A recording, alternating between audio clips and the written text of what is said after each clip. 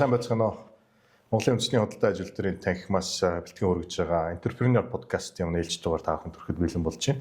За өнөөдрийн зочноор Entrepreneur 2025 шалгаруулалтын номинацид гарааны компани болон технологийн компани шийдлийг нэвтрүүлсэн Techstream компани маань захирал хүрэлцэн ирээд байна. Бидний урилгыг хүлээж авч өнөөдрийн подкаст оролцохоор хүрэлцэн ирсэн танд талархлаа илэрхийлье. За баярлалаа. Тэгээд танд болон танай хамт олон бас энэхүү подкастт урьж оролцуулсандаа баяртай байна. За Techstream компани. За ерөнхийдөө нийтлэг жишгэрээ бол timely application те хүний нөөцийн болоод цаг үртгэлийн шийдлийг шийдэж байгаа програм хангамж байгаа технологи шийдлүүд байгаа. Тэгэхээр компани маань хизээ анх үүсгэн байгуулагдав. За timely гэдэг энэ application цаг үеийн шалгуур шаардлагаараа бүтээх энийг бий болгохыг хэрхэн санаачлав? За манайх 2021 оны 6 сард анх үүсгэн байгуулагдаж ирсэн. За би өөрөө болохоор Skytel-та програм хангамжийн инженер мэргэжилтэд тухайн үед ажилладаг байсан. 4 жил яг Skytel 5 жил мобайл хөгжүүлэгч гэдэг ажлын байран дээр ажиллаж байсан. Тэгээд тухайн үед нэг зүйлийг анзаарсан. Хүмүүс ингээд дийлэнхтэй цаг бүртгүүлэхдээ стресстэй тийм байна. Нөгөө нэг төхөөрөмжн дээр очив. За зарим тохиолдолд төхөөрөмж байхгүй байгууллагууд яах юм? Нөгөө л нэг цаасан дээр бүртгээд явна. Тэгээд дараа нь тэр байгууллагт хамгийн гол нь хүн болон цаг хугацаа тэр мөнгөний хувьд бол маш тийм эрсдэлтэй зүйл байгаад байсан. Тэгээ бодсон байхгүй. За яаж энийг шийдэж болох вэ? Би өөрөө мобайл хөгжүүлэгч. Дээрээс нь бас тэр цаг бүртгүүлийн төхөөрөмжн дээр ингээд ажилдаг. Энийг тэгвэл нэгтгэж болох юм байна гэд таймлиг энэ хор хүртгэлийн процессыг мобайл аппликейшн болгосон гэсэн үг. Таймли анх тэгж гарсан төвхөд. 21 онд үүсгэн байгуулагдаад өнөөдрийн хүртэл бол 1500 орчим байгууллагын 40 мянган ажилтан өдөр тутамдаа ашиглаж байна. Ер нь ингээд бид нар судлаад үзэхэд 200 орчим ажилтнтай байгууллага төр цаг үртгэлийг уламжлалт аргаар хийхэд 7 хоног шаардаж байгаа байхгүй. За манай технологи яадаг вэ гэхээр тэр 7 хоногийг 2 минутын дотор гаргаж өгөх боломжтой байгаа. 200 орчим ажилтнтай байгууллага төр бол энэгээр бид нар тухайн үед бол disrupt хийгээд цаг үедээ ингээд хөл нийлүүлээд яг гарч иж болж чадсан байна. Өнөөдрийн байдлаар ч бидэнд нөгөө шалгаруулалтын үйл явцад яг материалтай танилцаад, танай үйл ажиллагаатай танилцаад явж байхад 1300 орчим байсан. Тэгээ өнөөдөр таны ярианы сонсоход 1500 болсон. Цар хүрээ хэрэглээ бол ерөөсөө шууртай нэмэгдэж штэ. Тэгээд энэ дээр бас нөлөөлсөн нэг зүйл нь бас яг тухайн үед чинь 2020 онд санагдаж байна тийм. Хувийн нууцлалын тухай хууль гараад за танхим бас нөгөө тодорхой байгууллагуудтай хамтраад нөгөө хурууны хээн мэдээллүүд байгаа. Мэдээллүүдийг нэгтгэж аваад устгахын чиглэл рүү. Энэ бас яг танай үйл ажиллагаанд бас том энэ мэдээлэлд ороход том нөлөөлсөн түлхэлт болсон. 21 оны 9 сард анх яригдж эхлээд 21 оныхоо 22 оныхоо 6 сард хэрэгцсэн. Тэгээ яг энэ дээр бид нар алюжин 20 онд санаагаа гаргаад за тэгээ 21 онд хөгжүүлэлтээ хийгээд манай анхны хувилбар гарцсан, прототип нь гарцсан, тодорхой хэмжээний байгууллагууд дээр ингээд туршсан явж исэн. За тэгээ ашиглахад бол бэлэн болсон байсан учраас бид нар яг тэрнтэй хамт ингэж зэрэг ингэж гаргасан. Гэхдээ өөр бас чухал зүйлсүүд л мэдээж энд бол байгаа. Хамгийн чухал зүйл нь юу вэ гэхээр ашиглахад хялбар байсан. За дээрэс нь ашиглаад үр дүнтэй байсан учраас өнөөдрийн хүртэл ингээд хэрэглэгч нар маань доктортой хэмжээнд өсөө явж байгаа. Тэр бас мэдээж маш чухал үзүүлэлт байна. Тийм танхимын хувьд ч гэсэн тэр 3 жил болж байна шүү дээ. Тийм 3 жил болж байна. Тэгээд өнөөдрийн хүртэл бас энэ технологийн дэвшлэл нь танхимын үйл ажиллагаатай уялдаад шахуугийн програмуудтай уялдаад ажлын хоцролт за тэгээд цалингийн уялдаа холбоотой биднэрт ажиллахад маш амрал байна л да. Баярлалаа. Тийм тэгээд ер нь бол хуучин нөгөө технологи гээл нөгөө ногоонуудын гүнж гэж бид нэр нэрлэдэг байсан шүү дээ. Өглөө яарч орж ирэл руугаад үлдэх тийм. Тэгэл тэрний төлөө яадаг. Одоо чинь тэгэхэд чинь биднэрт бол маш олон боломжууд байгаа тийм. Гадуур ажиллахдаа бүртгүүлж чинь зайнаас ажиллах боломжууд судалгаа өгч чинь. Тийм тэгээд одоо тэрэн дээр дүн шинжилгээ хийгээд анализ хийгээд хүний нөөцийнхээ бас нэг асуудлуудыг бас тодорхойлоод гаргаад ирчих юм боломжууд байгаа. Тэгээд сүүлийн үед ямар хөгжүүлэлтүүдийг timely application дээр хийж байна? За одоо бид нар ер нь илүү шинэ хөгжүүлэлт гэхээсээ илүү доктортой байдал дээр анхаарч байна. Сая яг нэг үгэлгээд 25 оны 7 сард бид нар Vision 2-аа гаргасан. Манай харилцагч нар бол мэдж байгаа. Таач мэдж байгаа тийм. За тэгээд түүнтэй холбоотой мэдээж ингээд системийн хувьд томрох тусам гэдэг асуудлууд бий болоод ирсэн. За тэрэн дээр манай хамтран үүсгэн байгуулагч Оч гэдэг манай CTO байгаа. За тэгээ манай багийнхан бид нар ярилцаад ер нь ингээд Орсноос хойш жоохон систем доголдоод байна. Ялангуяа өглөөний цагаар ч юм уу гас нэг юм кейсүүд гараад байна. Тэрийг хүлээн зөвшөөрч байгаа. За одоо тэгвэл энийг яах хэрэгтэй юм бэ? Бид нар тэлтийнхаа үед явж байгаа юм байна. Энийг сайжруулах хэрэгтэй юм байна гэд илүү одоо байгаа одоо UI, UX за цааталтныхаа инфраструктур тэр баазын бүтэц за серверийн асуудал гэх тэрэн дээр илүү доктортой ажиллаж байна. Ягаад тэгэхээр бид нар энэ чигээр ингэ явах юм бол систем маань магадгүй хүмүүсийн итгэлийг алдаад харилцагчаа алдах юм эрсдэлт хүрнэ. Тийм учраас бид нар энийг ойрын хугацаанд засах сайжруулах хэрэгтэй гэдэг сая 1 сараас эхлээд 3 сар хүртэл гадны эксперттэй хамтраад өөртөө бас давхар хөгжүүлэлтэнд нь оролцоод яг баазынхаа бүтцийг болон одоо нөгөө AWS дээр байгаа тэр серверийнхаа асуудлыг үл ер нь зэгцлээд ингэ явж байгаа. Тэгээ энэ бол 4 сартаа бол ер нь дуусчихна. Тэгээ байгууллагуудаас харьцангуй анзаарсан баг. 1 сараас хойш харьцангуй доголдох нь багассан байна гэсэн үг тийм. За тэгээ мэдээж яг бидний хувьд бол цаана төдөлсөн олон хөгжүүлэлтүүд бол байгаа. Гэхдээ хамгийн эхлээд наан нэг шаардлагатай тулгарсан баг асуудлаа шийдэх хэрэгтэй юм байна гэдэг дээр санал нэгдсэн гэсэн. За яг хөгжүүлэлтээсээ ингээд товчхон дурдах юм бол одоо байгууллагуудын нэгдсэн дата мэдээлэл мэдлэгийн сан оруулна гэсэн таймли дээр.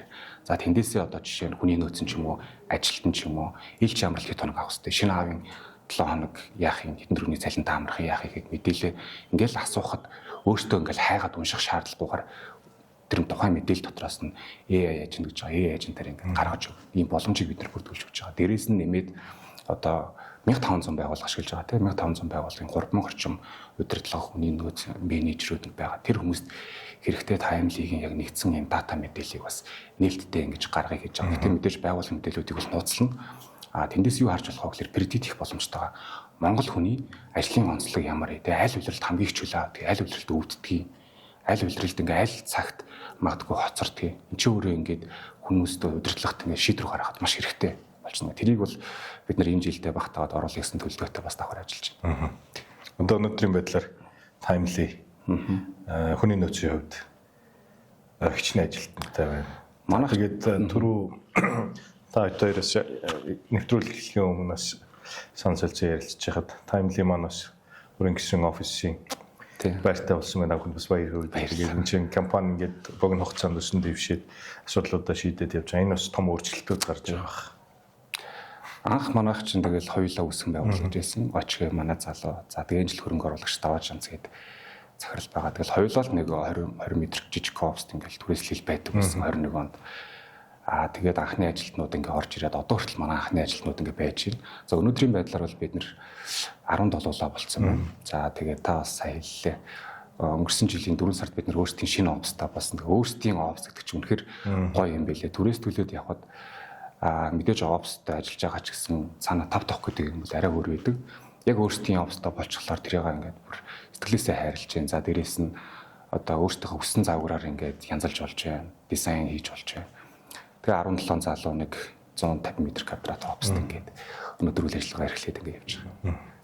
Ер нь гарааны компаниас за өнөөдрийг одоо олон одоо 1500 орчим хэрэглэгчтэй энэ өсөлтийг хийхэд та бүхэн санхүүгийн асуудлуудаа хэрхэн шийдэж ямар нэгэн одоо дэмжлэг төсөлцөө эсвэл өдрөөс зарсан одоо стартапыг дэмжих хөтөлбөр ч юм уу ийм дэмжлэг төсөлцөөнүүд авч хөрөнгө оруулалтаа яаж шийдэж вэ? Тий, яг 21 онд үүсгэн байгуулагдаад явж хахад ер нь бол нэг 6 сарын цалинтай хэлсэн шүү дээ. Тэгээд ер нь хуучин ажилласаа бага цалинтай хэлсэн гэсэн. Тэгээд шийдвэр гаргаад за хийх үү хий. Одоо хэдүүлээ үзьгээл дайрчээсэн. Тэгээд бид нар яг 21 оны үүсгэн байгуулах тусаа нэг инновацийг дэмжих хөтөлбөрөөр дэлхийн зүүнний санагдаж байна. Тийм хөтөлбөр зарлагдсан. 117 стартап орсон санагдаад байна. Тэндээс бид нар шилдэг 15-ыг шалгаруулахад 7-д нь орсон байна. Яг ирэмлэгдээ 7-д нь ороод тэр 90 сая төгрөгийн грант бид нар авсан. Грант бай боцолтгүй тусламж. Тэр бидний хувьд бол цаашаа жил ингээд ажиллах, амьдрах, цалингаа тавих, түрээсээ төлөх, за ойр зур маркетингийн боломжийг бид нар толгосон байна. Тэгэхээр тэр бас мэдээж маш чухал байсан. Дээрээс нь энэ жил хөрөнгө оруулагч манаас итгээд ихний хэдэн сарын цалин, офсын түрээс ширээ, сандал, компьютер хэрэгтэй зүйлийг мань бэлдэж өгсөн. Тэгжээж ингээд дайрсан яг тэр акселератор одоо инновац дэмжих хөтөлбөрийн бол бидний хувьд бол бас маш том тусгалт болсон. Зөвхөн грантаас илүү тэнд бидний мэдгүй маш олон зүйлийг бид нэр заасан. Бизнес яаж явуулах мэдэхгүй шүү дээ. Зүгээр л нэг девелопер хоёр залуу нэлээл ингээл байгуулсан. Тэгэнгүүт хүнээ яаж удирдахыг, багаа яаж удирдахыг, бүтээгдэхүүнээ яаж хөгжүүлэхийг, маркетинг гэж юу байдгийг борлуулалт яах хэрэгтэй ингээд 4-5 сарын хугацаанд бидний ингээд нэлээд шахсан энэ хугацаанд бол нэлээд олон мэдлэгийг өөрсөндөө баримтлуулж авчихсан. Одоо ч гэсэн бас ашиглаад ингээд явж байна. 1500 гаруй одоо хэрэглэгчтэй болцсон байна. Энэ дээр ер нь хувийнхан их байна уу? Төрийн байгууллагууд руу бас ашиглаж байгаа бах. Тэгээд боловсролын одоо салбарлаа бас ашиглалтыг нэмэгдэж байгаа. Тэгэхээр ер нь ингээд яг танай аппликейшнийг таймлиг ашиглаж байгаа бүтцээр нь хараад ирвэл ямар шүү байна. Ер нь бол чиглэлийн байгууллагууд байна.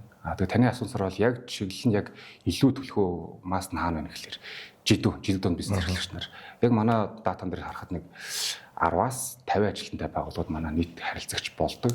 Тэгээ нөгөө талдаа бас ингээ харахаар групп компаниуд маш их орж ирж байна. За одоо Vita-Fitаас ахуулаад, за Анд Global, за Ard, тэгээ одоо өөр их нэрийн үндэсний төв 600 ажилтнтай, тэгээ 1000 ажилтнтай байгууллагууд байна. Япон Монгол үндэсний төв 500 ажилтнтай гэдэг ашиглаа явж байна. За жидүүнэр бас мэдээж байгаа. Тэгээд яг салбар чиглэлээр нь харах юм бол худалдаа үйлчлэгээ борлуулалт энэ компаниуд ер нь төлөв бас байдаг. За төрийн байгууллагын сүүлийн үед бол маш их орж ирж байгаа. Ялангуяа одоо аймагуудын засаг даргын удирдлагын төвүүд, за өрхийн эмнэлгүүд, за хувийн улсын сургуулиуд гэд маш их бас орж ирж байгаа. Тэр нь бас их аваартай байгаа. Яагаад тэд нар орж ирэх юм бол уул нь өөр систем байдаг. Яагаад орж ирээд байна гэхээр миний бодлоор тухайн систем маань одоо өөр систем маань шаардлага нь хангахгүй байх гэж бодоод байгаа байхгүй. Тэгэхээр бидний хувьд бол яг харилцагчтайгаа бүр байнгын тулж харьцдаг стартап жижиг компани учраас маш хурдтай хариу өгдөг, маш хурдтай айл болох хөгжүүлэлт оруулахыг боддог. За тэрэн дээр үндэслээд энэ харилцагчтай татаж чадаад байгаа юм лөө гэж бас бодож байна. Ер нь гарааны компани байгуулад ингээд явж хахад тулгардаг гол бэрхшээлүүд нь юу байна? За тэгээд одоо энэ нөгөө манай төрийн одоо зүгээс ч гэдэг юм уу дэмжлэгүүд нь бас ямар байна? Хууль эрх зүйн орчны хувьд одоо та бүхний ингээд үйл ажиллагаа явуулаад өнөөдрийг хүртэл явахад одоо ямар бас дэмжлэгүүд байна? Ямар одоо саад бэрхшээлүүд та бүхэндээ тулгарч байна? За эргээд ингээд бодглохлоор ер нь та мэдэх бах. Бизнес хийж байхад ер нь 3 төрлийн нөөц байдаг юм байна. Хүний нөөц, цаг хугацааны нөөц, мөнгөний нөөц. Тэгээ энэ гурыг зөв зөвхөн байгуулж чадахгүй бол ер нь үнэхээр ингээ гой санаатай байгаад эсвэл ингээ супер багтай байгаад бас хэцүү. Тэгэхээр аль алин дээр нь бид нар маш асуудалтай байсан.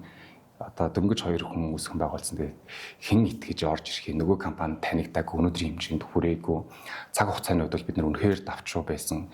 Зүгээр ингээл өдрийн 12 цаг ажиллах бол энүүхэнд бүтэн сар ковид үед ковид хүрчээд гэртээ байж болохгүй учраас офис дээр бүтэн сар амьдэрсэн миний хувьд бол тэр хугацаанд мобилыг өдөр шөнөгүй ингээ кодо бичдэг байсан. За нөгөө талдаа санхүү грант аваагүй байгаа шүү дээ. Грант нь хизээ хойно оржсэн. Тэг яах вэ гэл одоо 2-3 сарын дараа цалингаа яаж тавих вэ? За одоо хүмүүстээ юу гэж хэлэх вэ гэл маш олон асуудал тулгардаг юм байлээ. Тэрэн дээр бол тэгээд тухай бүрдэн шийдлүүд гаргаад менторудтай уулзаад аль болох хүмүүсээс зөвлөгөө аваад ингээд явж исэн. За стартап гарааны бизнесийн хувьд бол төрийн дэмжлэг бол сайн муу аль аль нь л байна гэж хэлж байна. Сүүлийн 2 жил нөгөө яригдлаа шүү дээ. Виртуал бүсгээд яригдал бодлого нь харцсан, хэрэгжсэн, хуулийн батлагдсан, бүртгүүлсэн тэг одоо өгч байгаа юм байхгүй байгаа тийм. За тэрийг одоо IT паркийн золоо захирлж ярьж байна. IT-ийн ч ярьж байна. Бүртгүүлсэн байгууллагууд нэлээд хэдэн байгаа тийм. Тэгээд одоо яах юм бид нар тэндээс ч бас нэг дэмжлэг хэрэгтэй шүү дээ байхгүй байна. Гэхдээ нөгөө талдаа заавал бас дэмжлэг аваад явах хэрэгтэй юм тийм. Бид нар өөрөө өөрсдийнхөө хүчээр ингээд хэрэгэл харилцагчаа бий болгоцсон, бүтээгдэхүүнээ зах зээл дээр гаргацсан, таниулан явж байгаа тохиол бас мөн чөрөөрөө ингээд зүтгээд явж байна. Яг нь стартапыг миний бодлоор ингээд эхний нэг 3 жил, за 5 жил ч юм уу хөл дөрөө нэг юм тогтох хугацаанд нь татврын, за нийгмийн даатгалын тэр олон татваруудаас чөлөөлчих юм бол маш хэрэгтэй. Яг үүндээ одоо ингээд манай ажилтнууд нэг үгүй хэлэхэд ингээд одоо эндээш төлөх дуртай байхгүй шүү дээ. Ойлгохгүй. За нөгөө талдаа буцаага тэр чи одоо 2 сая цалин төгнөөс 400 мянган төгрөг суудахлаар чинь харин байгаа байхгүй. Тэгээ тэрийг нь хэрвээ ингээд стартапын хувьд за энэ жидүү тий заавал стартап гэдэг яг жижиг дүн бизнес эрхэлж байгаа хүмүүс юм хүн тодорхой хугацаанд хөнгөлөөдөх юм бол хөл дөрөө босох боломж байгаа дээ. Тэр цалин хөнгөлтийг нь би бол хэрвээ хөнгөлөх юм бол шууд цалин дээр л хэмээх гэж боддог. Тэгэх юм бол аль аль талдаа илүү өгөөжтэй байх юм болоо гэж харж байгаа. Тэгээ яг бас л нэг боддог зүйл заавал ингээ хэн нэгнээс тусламж авах хэрэгтэй юм тий. Хэрвээ ингээ тусламж авахааргүй байх юм бол аваад хэрвээ ингээд явахгүй бол яах юм те нөгөө талдаа ингээд та нар өөртөө мөн чөрөөрөө ямар ч гэсэн ихний байдлаар ашиг орлогоо олдог болох хэрэгтэй байдаг. Тэгжээж ингээд илүү зах зээл дээр дасан зогцох юм бол урт удаан амьдрах юм болов уу гэж боддог шүү. Ер нь стартап компаниудын зовлон төр л баг л та тий. Тэгээд 1000 санаа байлаа гэхэд яг бодит бол хэрэгжих нь хэд байх вэ?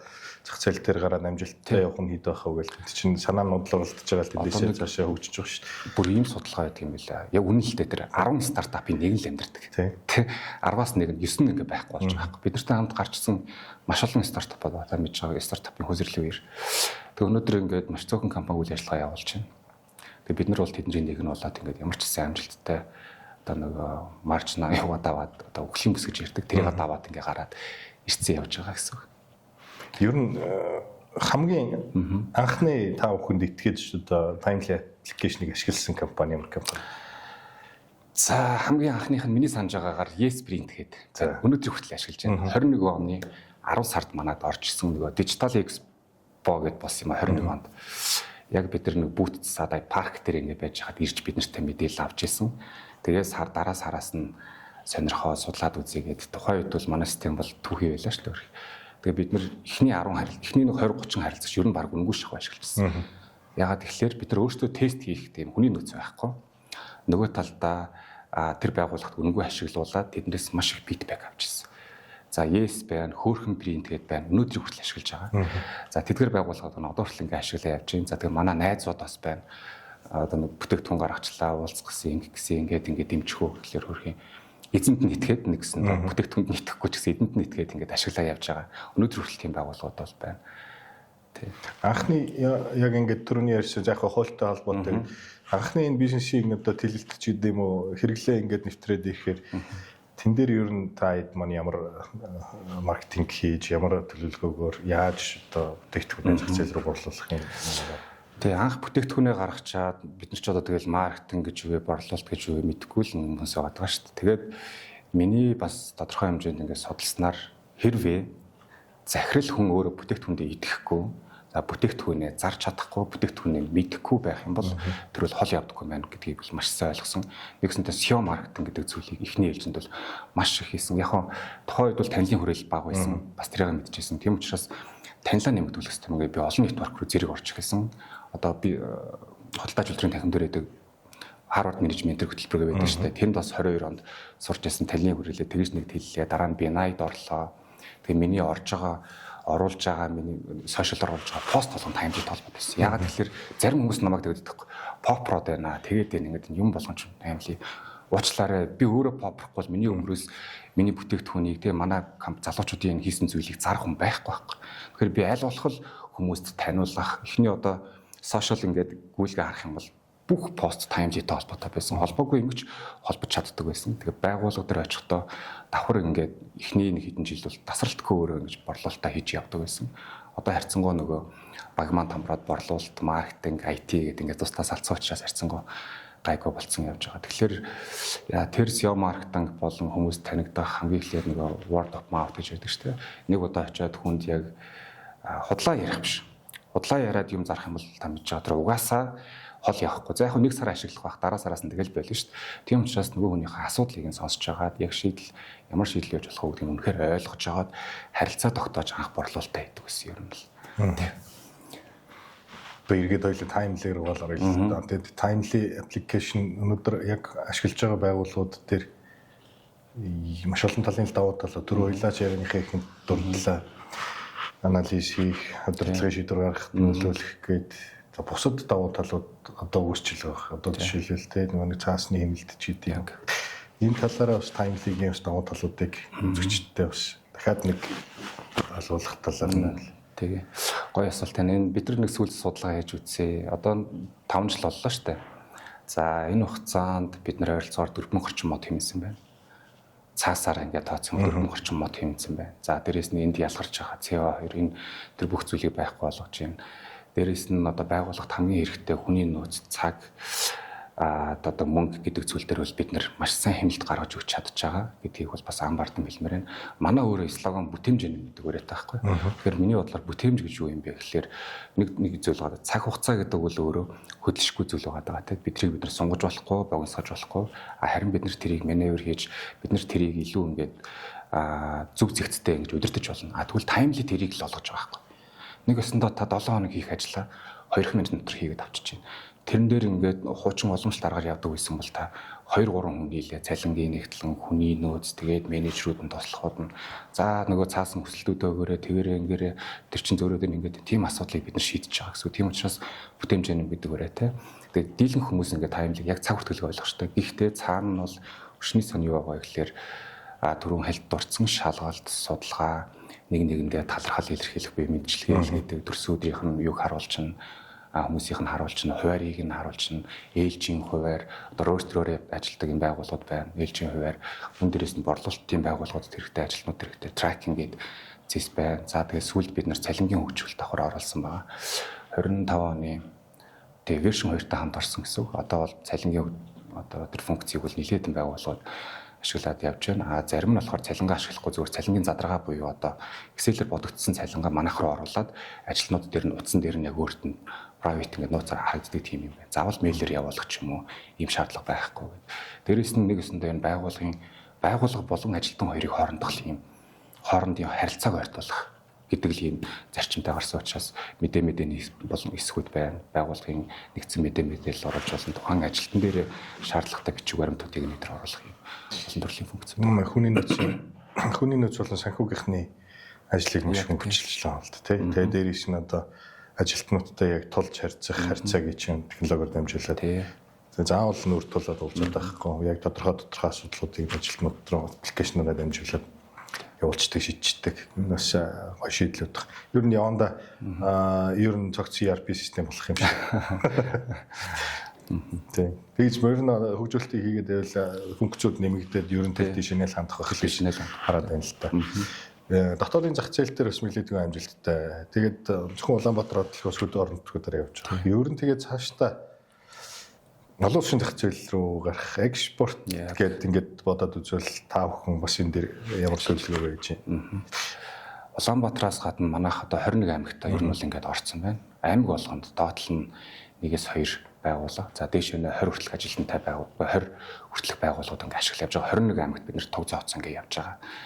За тэгээ бидний яг бас зорилго бол зах зээл Монголд бол мэдээж яг бид нарт бол өшөө ингээд хэрэглүүлэх байгууллагууд бол зөндөө байна. 60-70 мянган байгууллага байна. За гэхдээ бас цаатлын зорилго бол гадаад зах зээл байна. Тэр ажлаа бид нэр эхлэе явж байгаа. Timely Global гэдэг одоо бид нар гаргацсан явж байна. Тэрэн дээр яг өнөөдрийн байдлаар 4 улсууд ингээд туг заах байдалтай явж байна. Лаос, за тэгээд Таиланд, Солонгос 5 юм байна. Үзбекистан, Америкт Монгол эзэнтэй хэд хэдэн найзууд бас бизнесүүд ингээ холбогдоод ашиглаа явж байна. За Үзбекистанд болохоор Монголын нэг стартап байдаг. Гэхдээ яг Үзбекистан хүмүүс ашигладаг. Тэнд MCS нэг компани онлайн худалдааны тэр ашиглаж байна 20-д ажилтнтай. Лаос, Таиланд болохоор гоо сайхан вайны яг тентхийн компаниуд ингээ ашиглаад 2 компани тэнд ингээ ашиглаа явж байна. Солонгост бас Монгол залуу холбогдоод тэнд ингээд би юм ажиллалт юм танахыг ашигламаар байна гэдэг юм сонлоолоход бид нэр ингээд оролцсон байгаа. Програм одоо Timely маань өөрөө аль үжиний 6 хил дээр 7 хил дээр гарцсан ашиглах боломжтой болсон учраас бид ингээд явж байна. Мөн дээрээс нь одоо ингээд яг бид нар танилынхаа өрөөнд анх эхэлсэн зарчмаар ингээд явж байгаа байхгүй. Тэгэхээр энийг яах ёстой вэ гэхээр миний бодлоор одоо Netflix руу бид нар ингээд карта холбоол subscription хийгээл ингээд явдаг шүү дээ. Тийм зарчмыг бид нар оруулж байгаа, хөгжүүлэлтээ хийгээ явж байгаа. Бид нартай заавал холбогдох шаардлагагүй. Өөртөө сонирхоод ороод ирэх юм бол карта холболоо төлбөрөө төллөө сар болгон төлбөрийн татдаг ийм процесс рүү бид нар хөгжүүлэлт нь дууссан. Гэхдээ маркетингийн ажил хүчтэй эхлэегүй байгаа. Ягаад гэвэл цаг нь арай болоогүй байна. Бид нар энэ чинь хийх ёстой, сайжруулах ёстой зүйлсэндээ байгаа учраас тэг хүлээж байгаа гэсэн. Яг за яг энэ цаг бүртгэлийг шийдэж байгаа бас өөр зөндөл сонголтууд байна. Одоо юу гэдэг өрсөлдөгч байгууллагууд, өрсөлдөгчүүд одоо юу гэж яаж харж байна? Одоо ер нь яг энэ цаг бүртгэлийн системийн ийм ижлэхэн гар утасны аппликейшнаар таймлитэй төстэй хэлбэрээр шийдэж байгаа одоо байгууллагууд байна уу? Тийм байгаа. Анх үүсгэн байгууллагч бол ер нь бараг байгаагүй гэж хэлж болно. Бид нар чинь санаагаа бас гаднаас копи паст хийгээгүй. Яг өөртөө бож байгаа танд руу хэлсэн шүү дээ. Би өөрөө мобайл хөгжүүлэгч нөгөө талд нэг юм асуудал байгаа. Тэгвэл энэ хоёрыг нэгтгэх шин санаа тэгж л гардаг. Тэгээ нэгтээ хийгээ явж итэл ер нь ингээд дэлхийд ямар компани байдгийг харангууд өнөөдрийн төвшөнд харангууд бид нар тэдний яг ийм төвшөнд заримаас нь бүр илүү байгаад байгаа байхгүй гарцсан байгаа тань. За Монголд болохоор одоо нэг борооны дарах мөг гэдэг шиг манайх гарч ирэл манайхтай ижил төстэй копи бид нар өөрсдөө ингээд санаачилж ингээд шинээр гаргасан нэг тийм нэрийг хүртэл копи паст хийгээд гаргацсан компаниуд байсан. Гэхдээ өнөөдөр бол тэд нар бол байхгүй байна. Яг нэг философи ойлгоогүй зүгээр дүүрээгээд гараад ирэхэд бол хийж чадна. Гэхдээ цаашаа явуулахад хэцүү байдаг учраас мэдээж н том компаниуд бол байгаа шүү дээ. Одоо Smart одоо олон жил болж байгаа Apple байна. За тэгээ төрийн Mongolia байна. За тэд нар дээр бол энэ төрлийн цаг хүртгэлийн платформуд бас ингээ ороод ирсэн байгаа. Өрсөлдөгчийг бол би заавал байх хэрэгтэй гэж харддаг. Ягаад гэвэл бид нарыг илүү хурцлах, биднийг зөв замд оруулах зүйл маань өрсөлдөгч байгаа байхгүй. Тэгэхгүй л нэг тийм амжилтын парадокс гэж ярьдаг те. Тэрэндээ өртчихвэл одоо манайх л алаад байна гээ яваад байх юм бол бид нар буцаад унах тийм эрсдэлтэй нүрт тул учраас аль болох тэднээс суралцсан. За дээрээс нь аль болох бас нэгнийгаа дэмжээ сайхан явчихдаг. Ер нь бол бүгднтэй сайхан хамтаа ажиллагаатай нэгнийгаа хөгжүүлэлтийг сайн мэддэг, захирлуудыг нь таних ийм хүмүүс байгаа. Ер нь цаашдаа энэ стартап компаниудыг ямар одоо бодлохоор дэмжих хэрэгтэй. Тэгээд саяны хэлдгэрийн гадаадын зах зээлүүд технологийн салбар бол харьцангуй одоо юутай хэлээ згаар гэхээс илүү шийдлийг нь олж чадах юм бол хаанч та явах боломжтой юм бизнес юм санагдаад. Тэгээд энэ дээр ямар дэмжлэгүүд байна? Энэ дээр ер нь ямар дэмжлэг байгаасаа гэж үсэж байна. Хамгийн нэгдүгürt бол хуулийн зохицуулалт сайн хийж өгөөсэй л гэж үзэж байна. Стартап friendly тийм хуулийн зохицуулалт одоо яг Монголд ийм цэвэр venture capital-ууд ер нь ховор шүү дээ. Адилхан л суралцаал явж байгаа. Тэгээд тэр тал дээр хууль талаас анхаараа. За дээрээс нь тэр нөгөө татрын хөнгөлтүүд тэгвэл бид нарт ингээд яг үндэ манайх шиг жижиг компанид бол татвар бол аюу хүнд тусдаг. Сая хүртэл бид нар татрын буцаа олголтын дээрээс жоохон фактлал ингээл авч чадахгүй явж байгаа жишээтэй. За нөгөө талдаа хууль маань ингээд яг ингээд санаа нь гараад идэг хүмүүс яриад идэг. Хийх гэл оролдол байгаа хэл та төрийнхэн маань. Гэтэ нөгөө талдаа тэр чинь аюу удаан байгаад байхгүй. 2 жил 3 жил болчлаа ингээл ярьдаг байсан юм. Өнөөдөр хүртэл яригдаад урагшлахгүй байна. Тэрийг ингээд доктортой байлгах хэрэгтэй байна. Тэгэх юм бол тэнд байгаа хойно ажиллаж байгаа зөвхөн манай компани явдаж хойно ажиллаж байгаа бусад компаниуд явчихсан. Тэрнтэйгээ уяад төлөвлөгөө зохион байгуулад ингээд явхад болно. Дэмтэй юм болов уу гэж боддог. Тэгтээ тэр тал дээр бол жоохон таарах л байгаа. Би Казахстаны нэг хуучин экспо болж ирсэн. Тэр чинь Казахстаны нэг юм стартапуудыг дэмжсэн, ер нь худалдааг дэмжсэн нэг цогц төрийн одоо үйлчилгээ бүх нэг дор төвлөрүүлсэн газар л байл л дээ. Тэгээд тэн дээр очиод бас туршлага судлаад ингээд явж байхад тэнд бол өстой төрийн зүгээс бол энэ стартап компаниудыг ажиллах орчин нөхцөл бүх юмар нь дэмжиж өгсөн мэт юм л. Одоо юу гэдэг та офисын зардал гээл эхлэхэд хүндрэлтэй байсан. Тэнд бол одоо офис нь бэлэн байж гэн, компьютер нь бэлэн байж гэн, анхны хөрөнгө оруулалтуудыг нь шийдэж өгсөн байж гэн. Тэгээд бусад зах зээлүүдтэй цаанаас нь холбоод өгч чинь. Тэгээд одоо компани нэгэнтэй хөл дээрээ тогтоодчих юм уу? Эсвэл нэг учраа олоод ирэх үед нь бол за одоо ингээд бэлэн боллоо гэж ингээд гарч чинь. Казахстаны хувьд бол ер нь Индостаны орнуудыг ингээд хараад байхад яг энэ стартап, энэ технологийн компаниудыг бол ер нь маш их дэмжиж байгаа. Тэрийн бодлогоорч дээр тий хөрөнгө мөнгөөрч дээр дутууг үл юм билээ л тий. Тэгэхээр тогтжуулсан байгаа нэг боломж олгоцсон байгаа эдрийг нь ороод харахад бол ерөөсөө амар одоо санхүүгийн хувьд хүртэл дэмжсэн байт юм л. Хүлэтэн Apple-ийн өрөө гэхэд л дан Apple-аар төгсүүлээд өгсөн. Бусад одоо юу л байна? Одоо дэмжиж болох юу л байна? Бүх юмар нь дэмжиж өгсөн. Тэгээ тийм орчин бүрдэх юм бол тэр магадгүй 10-аас 1 амьдэрдэг гэдэгтэй тэрний одоо үзүүлэлтүүд нэг зээл тий. Тэгээд одоо оролдох, сонирхох улсууд энэ ч гэсэн одоо тэр боломжийн багж ашиглах улсууд ч гэсэн нэгтгэл ах л та. Тэгэхээр бас таны хэлж байгаа бас энэ төрлийн бодлого шийдвэр тэгээд дэмжлэг гэдэг тодорхой зүйлүүд баглах. Тэгээд энэ шиг нөхцөл байдлаа ингээ хараад үзэхээр бас зарим өндөрлөлүүд байж байгаа л та.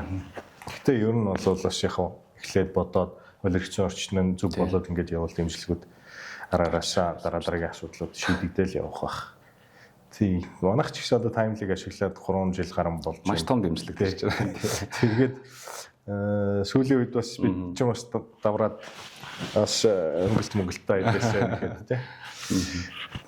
Тэгээд бас техникийн хувьд ч гэсэн ажилтнууд хуучин ингээл цаг бүртгэлээ хийгээд ингээд явахдаа айгүй төвхтэй өндөрлөлтэй. Манайх ч бас ажлын онцлогоос зайнаас ажиллах улсууд байна. За нөгөө томилтоор явах маах гээл асуудлууд байна. Сайнны хажуугаар саарч гэж нэг бүхэл газар тохиолддог баг. Заримдаа нөгөө цаг бүртгэлийн системийн чинь бас хурах асуудлууд гарна шүү дээ, тий. Тэрийг таад бас сая шийдэл одоо QR код богино хугацаанд яадаг технологийн шийдлэр шинжилсэн байсан тийм. Тэр талаар бас танилцуулаач. За анх гаргаад ингээ явж байхад хөгжүүлэлтэр чинь ингээ сайжрал явж байгаа шүү дээ. Тэгэнгүүт утсан дээр нь mock location буюу хурамчаар юм тусдаа map суулгаад за тэгээд өөрийнхөө байршлыг өөрчлөөд тэгээд цагаан хүртгүүлээд нэг team case-үүд гарсан байхгүй. Тэгээ хүмүүс нэг хүний нүс наддаг. Энэ хүн ингээд ирээгүй цагаан хүртгүүлсэн минь ямар ч сони юм бэ. Тэгээд бид нар анх тэрийг за ойлгол ер нь юм алдаа гарах юм байна гэд бид нэр тэрийг сольсон буюу одоо ямар нэгэн байдлаар өөр аппликейшн Android дээр тэр iOS дээр тэр аль аль нь боломжгүй гэсэн. Өөр аппликейшн map суулгаад байршлаа өөрчлөлт бүртгүүлэх бүр ямар ч боломжгүй болсон гэсэн. А нөгөө талдаа бас давхар нөгөө та сая хэллээ QR код буюу яг опшн дээр нь үүдэнд нь QR ингээд нэг тодорхой хугацаанд шинжлэгдэж яадаг. Тэгээ ингээд бас зөвхөн ажлын байран дээр дамжуулах боломжтой. Нэг рүү зургийн дараа дамжуулах хугацаанд дуусчихна. За нөгөө талдаа бас сүүлийнх нь юу вэ гэхээр энэ Wi-Fi байгаад байгаа. Анх бас энэ яаж гарсан гэхээр нөгөө өндөр давхруудад байдаг энэ офс утчаа хүмүүс нь ингээ би нэг давхартаа ч юм уу нэг давхар дээрээ цагаан бүртгүүлчихэд кофе уугаад алга болчиход байна. Тэгээ цагаан бүртгүүлсэн гэхдээ 30 минут орж идэв шүү дээ. Та нар энийг шийдэдэг өгч. Тэгэл нэг асуудал байгаа тохиолдолд шийдэлвэл байж л дараагээ бид нэр Wi-Fi тань олгоцсон байхгүй. Тэгэхээр 13 давхартаагаа хүмүүс би нэг давхараасаа боломжгүй, локейшнийг нь бас боломжгүй болгочихно. Тэгэл зөвхөн Wi-Fi доор л цагаан бүртгүүлэх юм 3 янзаар бид нэр энэ хязгаарлалт хийж өгсөн болохоор одоо бол ямар ч тийм хуурах тийм тохиолдол гарахгүй байгаа гэсэн. Тийм нөгөө анх Google дээр нөгөө map дээр хязгаарлалт тавих нэлээ өргөн тавиад байгаа шүү дээ. За энэ бүсэд орж ирээд бүртгүүлээрэй гэд. Тэгээ анх манад дээр ч гэсэн бас гарч илээсэн л та. Бүсийн нөгөө юг нэлээ өргөн тавиад өгчхөөр нөгөө ажлынхаа хажуугаар ирж явж байхдаа бүртгүүлснэ. За энэгээр орж нэг ажил амжуулчаад ороход бүртгүүлсэн юм чинь гээд. Тэгээ яг нөгөө хүн ажлын байран дээр байхгүй бүртгэлийн систем дээр ажилдаа ирсэн гэж харагдаад байна. Тэгээ яг ихний ээлжинд бид тайт дээр ирж байгаа нөгөө хүрээгээ жоохон багасгаад яг энэ нөгөө орчмын 50 м-тэй дээр болоод ирэхээр бас үр дүнгууд гарчлаа л да. Тэгэд асуудлуудыг олж хараал явахад нөгөө хууль чангарах тусам холгоо нэрсэн гэдэг шиг дандаа асуудлууд гарч идэг шүү дээ тий. Тэгээ дандаа нэг монголчууд бүр сэргэлэн улсууд юм болохоор дандаа нэг юм энэ цаогийн олж харах гад ингээд боломжийг нь олоод харчтай. Тэгээл энэ явандаа сайжрал ингээд явахаар тий хамтын л байгаа юм л та. Хэрвээ тийм улсууд байгааг бол сайжиртлаа асуудаг шүү дээ тий. Тэгэхээр нөгөө эрсдэл чинь нөгөө талдаа бас боломжийг олгож байгаа юм тий. Ийм байдалтай. Ингээд одоо сая бас өөртөө чинь дөнгөж уулзаад ярьж байхад бодибилдингийн тэмцээнд орсон гэж хэлсэн тий. Тэгээд ер нь бол хов хүнийхээ хувьд одоо ямар үзүүлэлт өрөвдөлтэй тийм. Тэгээд одоо яг одоо өөрийнхөө эзэмшсэн мэрэгжил нь ямар тэгээд энэ таны зан чанар ч байд юм уу энэ одоо технологийн салбарт ажиллахад ямар одоо асуудлууд байна. Таны одоо нөлөөлөл юу байсан? Хов хүний зүгээр онцгоос нь одоо хоёлаа яривал. За миний хувьд түүх маш их сонирхолтой ер нь. 2007 онд Мойс дуулна орсон. Тэгээ 11 онд төгсөх ёстой байсан. Гэхдээ яг 2007 оныхоо одоо 1-р курс 8 онд юм да. Нилийн хүнд өвцсөн байхгүй. Тэгээд имчилгээ хийлгээд 1 жил болоо дахиж ирж сураад 1-р курстэй дагаа байж байгаа дахиад өвдөөд тэгээд тэр имчилгээ маань сүүлдээ 2 жил болоод нэг ясандаа бүр яг туйлдаа хүрсэн гэж хэлж байна л да. Одоо яг эмчнэр бол ер нь идэх магадлал 20% л гэж хэлдэг байсан. Яг угаасаа нүдэн дээр харж ирсэн өчнөө хүмүүс ингээл шөнө ороо ингээл имлэгт ингээд бид насвараа хөрх ингээл эсэлгэр ингээл гарна. Үүдэнд нь чимээгүй байгаарай гэж эмчнэр. Тэгэл маш хүнд өсчин хүрсэн. Тэгээд 2 жил ер нь өөртөө нэлээд ажилласан. Тэгээд бодолт одоо өдөрт ингээд 15 шиг юм уу. Гарн дээр ингээд тавьчихгүй 4 өөр өнгийн том капсултай юмнууд. За хажуу талдаа 1 литрийн барианы шилтэй ингээд ус тавьсан. Тэгээ яг эмчийн хяналтанд буудаг. Уушигны хүч өрсөн байхгүй. Нэгсэнд уушигны хамгийн сүүлийн шатны имчилгээ байсан гэсэн тухайд имээр дарагддаг. Тэгээ эхний 6 сар ингээд тариулдаг. Тэгээ Улаанбаатарт имчилэх ер нь хэцүү болоод ядарч нутагтаа очигээд сургалтсаа чөлөө аваад 2 жил яг ингээд имчилгээ хийлгээд яг тэнд бол миний нэг майндсет бол одоо turning point гэж хэлдэг маш их өөрчлөгдсөн. Үеийнхэн ингээд сургууль сураалт 3 дугаар курс 4 дугаар курс би ч байж лээ. Нөгөө л 1-р курсын хүүхдгсээр нас нь яваад байдаг. Үеийнхэн тэнд алаад байдаг, байртай, машинтай болоод байдаг. Би өөрөө тэгээд орон таймагт тэгэл эмчилгээний хяналтанд ээжийнхаа, эмээгийнхаа гараар ингээд тэг бодохгүй юу. Яг энэ чигээрээ ингээд явах юм бол насаараа ингээд эмээгийнхаа, ээжийнхаа тэтгэврийн мөнгөөр, цалингийн мөнгөөр амьдрах юм. Дахиад нэг удаа боломж олдох юм бол би одоо юунаас ч айхгүй хийх ёстой юм. Тултар нь хий гэж өөрөө өөртөө бүр ам өгч ирсэн. Тэгээд өвчнийхээ талаар огт бодох байсан. 2 жилийн дараа дуусах юмыг би одоо бодоод одоо хямраад яах юм бэ? Эхний 3 сар би амар хямарсан аахгүй. Эцэстээ хүртэл тулаал одоо яс сарс болцсон. Тэгэл ердөө 5 кг-аас дээш мөрөж болохгүй, гүйж болохгүй, тус хаарлагдана халдвартай учраас 6 сар жижигхэн нэг юм одоо бэлтаатай имлэгийн нэг өрөөнд төмөр орон дээр ингээ 6 сар өдрө болгон тариулаад юм уугаад 2 жилийн турш ингэж тасралтгүй өргөжлүүлж нутагтай юм уугаад тэгээ явж байхад ер нь өөртөө ажиллах хэрэгтэй байна. Би зүгээр өнөөдрийнхаа л энэ хийх ёстой зүйлийг сайн хий. Нэг зүйлийг маш сайн ойлгосон. Өнөөдрийнхаа хийх ёстой зүйлийг хий. Миний тэр 2 жилийн турш уух 9,000 ширхэг имийг байли те 10,000 ширхэг имийг байли. Өнөөдрийн 15 ширхэг имийг уугаад дараа нь маргааш нь ясыг би мэдэхгүй ямар ч хийх ёстой байна. Долтор нь хий гэж бодоод 2 жилийн турш тэгэж яс өдрө болгон тийм майндтай байсан. Тэгээд азар 2 жилийн дараа миний имчилгээ дуусаад одоо бүх хариу маань сөрөг гараа сар болгон шилжих өгдөг. Бүх хариу маань сөрөг гараад 11 онд одоо үеийн хүүхдүүд төгсөж байхад би буцаж ирж 2 дахь курстаа сурчсан байхгүй. Өөрөөсөө 4 дүү хүүхдүүдтэй сураад 2014 онд их сургуулаа төгсөж исэн. 11 онд төгсдөөсөн 14 онд төгсөөд тэгээд нэлээд хажуу ажлын байран дээр гарсан. Тэгээд гол нь надад тэрийг ингээд давж гарыг нэг юмны ард гарыг гэдэг майнд маш суудсан байсан. Одоо зүгээр л жишээ нь миний голч мөйс сурж байхад програм хангамжийн инженер мэргэжилтэд сурч байсан. 1.4 гэдэг чинь дийг үнэлж хүрэхгүй маш муу дүнтэй байсан. Угаасаа хичээлэх боломж байхгүй хэцүү. Тэгээ хоолунд байр унаанаас хавлал маш том олон асуудалтай л юм бүгд байсан. Тэгээд эхний имжлэхэд тусаад орж ирээд би тэр голчийг 1.4 гэдэг эхний семестр би шууд 3 болгосон байхгүй. Бүх багш нартай уулзаад гिचэлүүдээр нөхөж үзээд хамаг хичээл математик бүх юм мартцсан орж иж байгаа. 4-3 жил ингээд хол байцсан. Тэгэл өдөр шөнөгүй суугаад компьютер байхгүй заасан дээр код бичдэг л байсан шүү дээ. Тэгэж явж байгаа л 4 дэх курсээ төгсөхдөө ангитай хамгийн өндөр голчтой. За дипломоо ганцаарх ном цамгаалсан хүн болж төгсөж исэн. Надаас сайн хүмүүс зөндөө байсан.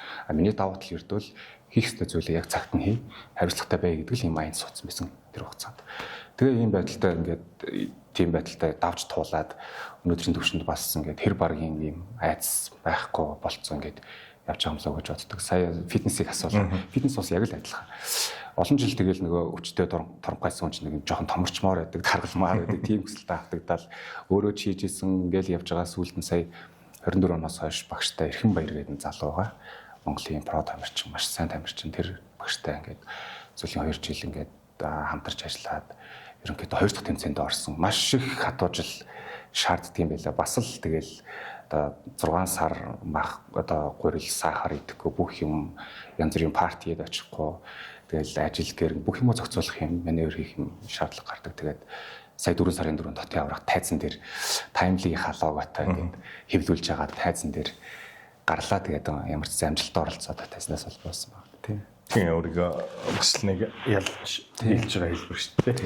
Би яг мэрэгжлийн төвшөнд нэг тамирчин болж өөрийгөө бэлдэнэ гэдэг чинь бас их төвчээр л дээ.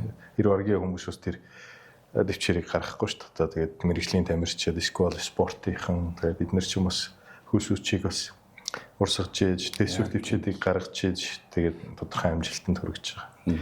Энэ ч бас таны түрүүний нэг амьдралын нэг тулсан тэ яриадуудаа итгэл дахиж боломж олдох юм бол алдахгүй байх. Яг тэрийг одоо бүрэн одоо ашиглах гэдэг энэ юунаас ч суугаал тэгэл та төвчөртэй л байгаа хэл та.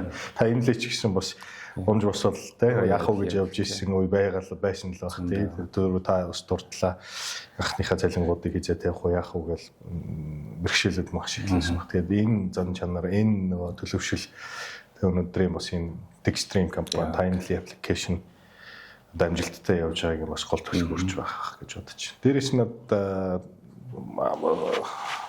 компани чухалчд хамгийн чухал зүйл хүний нөөц байгаа. Тэрүүтээ 17 одоо хүнтэй байна гэдэг тийж байна. Одоо ямар хүмүүс ажиллаж байна, ямар одоо мэрэгжил ур чадвартай одоо улсууд байна. Тэ хамт олонныхаа талаар жоохон танилцуулбал. Тэ энэ timely-гийн ард бол дандаа баг байдаг. Нэг хүний ч юм уу хэн нэгний ганцхан хийсэн энэ үр дүн бол биш юм. Маш олон одоо ингээд эргүүлээ бодохоор манай нөгөө хүний нөөцийн эрх зарцсангүй баг байдаг. Компанид итгэх итгэл нэмэгдсэн. За дээрээс нь хийж байгаа ажилдаа дуртай, ажиллах орчныг нь биний хувьд бол маш сайн ингээд бүрдүүлээ явж байгаа. Одоо жишээ нь гэх юм бол Мойсийг дөнгөж ингээд олон улсын харилцаа дээрээс нь Германыг хамтарсан энэ гадаад төгссөн хүүхдийг 4 дугаар курст наахад надаа анх нөгөө хэлний сургалтанд танилцсан. одоо 5 жил болж байна. Тэр охиныг би ингээд за манад ингээд орооч борлуулалтын хүн хэрэгтэй байна. Ахтаа итгээд ингээд ороод ирээ гэдэг оруулж байгаа байхгүй. Эхний одоо жилийн цалин бол 700 мянга маш бага цалин гадаад төгсөн хүүхдийн хувьд бол. Гэхдээ өнөөдрийг хүртэл ажиллаж байна. Өнөөдөр бол цалин хангалттай хэмжээнд бас болж байна. За энд юу харуулж байна гэхээр нэгдүгээр тэр бүтээгдэхүүндээ ингээд таймли өөртөө дурлцсан. Хоёрдугаар тэр багийн ур амьсгал сайн байж чадчихээн. За тэгээд дээрэс нь одоо хонгороотой маань хонгор зулгээд манай ерөнхий менежер байгаа. За хонгороотой маань төстэй анх ингээд орж ирсэн залуучууд бол байна. Даашка, цогоо, Тэлмүнэ гэдэг залуучууд байна. Нэмэгдээд ингээд сүүлийн үед залуучуудаас орж ирж байна. Тэгээ миний яг хуу баримтлагдаг нэг зарчим бол баг бүртгэхэд хамгийн чухал зүйл нь соёл юм байлээ. Тэгээ тэрийг бол бас сүүлд нь л ойлгож байгаа. Гэхдээ миний яг ингээд гаргаж ирсэн үйлчлийг ингээд хараад байхад яг одоо хонгороогийн хувьд, Даашкагийн хувьд, Темкагийн хувьд, тэр цогоогийн залуучуудын хувьд болохоор анх ямар байдалтай эхэлснийг нь мэдчихэж байгаа. Бид нар анханасаа амих 500 ажилтнаа анханасаа амь сартаа нэг юм борлуулалт олдог юм чинь байгаагүй. Тэгэнгүүт 0-оос нэхэлсэн хүмүүс мэддэг. Тэгэнгүүт шинээр орж иж байгаа хүмүүсийн хувьд болохоор мэдхгүй угаасаа л юм байсан байлгүй гэдэг. Тэр сэтгэхүйг нь байлуулах хөршлөх хийж байдаг. За энэ бол бидний ингээд одоо хөлс хүч багийн ажиллагаа бүх юм шавхчиж хийсэн зүйл шүү. Тийм учраас энийг мэдрэх хэрэгтэй. Шинэ ажилтнуудтай эхний 3 сар бол тэрийг мэдрүүлэх тийм сургалтууд, тэрийг мэдрүүлэх одоо энэ ивент үйл ажиллагаанууд бол бид нар дотооддоо ингээд хийдэг. Тэр өөр аягүй чухал багийн соёлд ингээд нэгдэж чадвал аягүй чухал юм байна. Мөн дээрээс нь бас нэг анзаарсан зүйл өөртөө яг ингээд сануулсан зүйл юу вэ гэхээр анх ингээд зөвхөн ингээд таймли хаална гэж өөрөө дотор бод яваад исэн. Тэгсэн чинь манай нэг ажилтнаа гэсэн аахгүй. Би таймли хол явна гэж боддгоо шүү дээ. Анхны ажилтны. Тэгэхээр ингээл толгоор ингээл зохиол авч байгаа юм шиг санагдаж байгаа байхгүй. Би ч одоо өөрөө л дотроо бодоод аална гэж яваад байдаг. Энэ мэдрэмж хүмүүстэй уулзах хэрэгтэй юм байна гэдэг. Тэгээд тэрнээс хойш бол ил биш дандаа далдаар одоо хурал дээр энэ тэнд ивент дээр за эсвэл ингээ зүгээр ярилцж байхдаа тэр ихтгэл хүмжлэгийг нь доторх тэр нэг хүсэл тэмүүлэл галыг нь ер нь бадрааж өгсөн. Тэрнээс ингээд хойш бол одоо харьцангуй ингээ сайжирсан. Одоо бол хаан ч хамбартан өөртөө ярьдаг болсон. Орж иж байгаа хүмүүстэй ч гэсэн би ойлгох тэрэн дээр нь төлөв өмчлөлтээр нь ингээд илүү их тийм сайжруулахыг боддог болсон байна. Магадгүй шилдэг энтерпренер болоод цамаа бариад ороход сайн ардлын баг болол бас өөрсдийнх нь одоо сэтгэл зүрхээ гаргаж хийсэн бүтээлийг нь одоо үнэлээд өгч болохоор том уран зориг болсон баг гэж маш том урам өгсөн. 23 онд бид нэр анх авч ирсэн. 23-ны 12 сард. Тэгээ авчаа бид нар бүр итгэхгүй ямар уу юм бэ гэдэг. Нөгөө талтай энэ харилцагч нарт бас ингээд маш тийм нэр хүндтэй шагнал худалдаа аж үйлдвэрийн танхимаас таймли ингээд ийм шагнал авсан юмнуудад итгэл үнэмшлийг улам төрүүлж байгаа. За дараа нь болохоор ажилтнуудад маань бас маш их бид нар авчаа бүр амар баярлалаа. Тэгээ 24 онд бол авч чадаагүй. Тэгээ 25 онд дахиж үзээд өсөлт үзүүлсэн учраас мэдээж авч байгаа. Тэгээ 25 онд энийг бариад ороход үнэхээр бахархалтай байгаа байхгүй. Ингээд нөгөө хүмүүс маань нүдэнд нь галзуу хямар асцсан өмнө ингээд ярьж исэн.